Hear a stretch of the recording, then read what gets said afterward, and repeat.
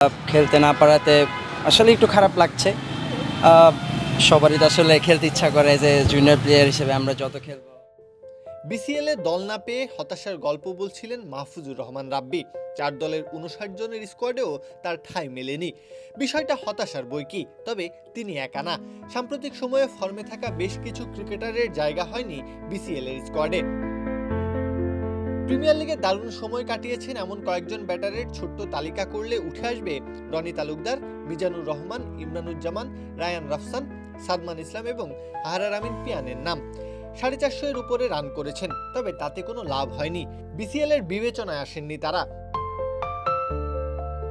একটু অলরাউন্ডারদের দিকে ফিরে যাওয়া যাক। তোফায়েল আহমেদ প্রিমিয়ার লিগে 269 রানের পাশাপাশি নিয়েছেন 11 উইকেট।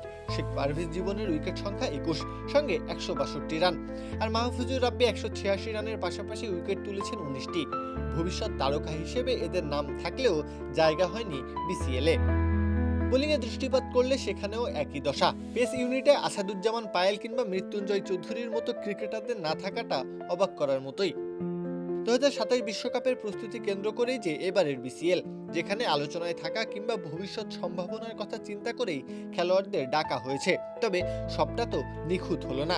বেশ কিছু ক্রিকেটার আছেন যারা যোগ্য হয়েও ওই 59 জনের তালিকাভুক্ত হতে পারেননি। আফসোস তো তাই হবেই। প্রত্যহ কাব্য, খেলা 71।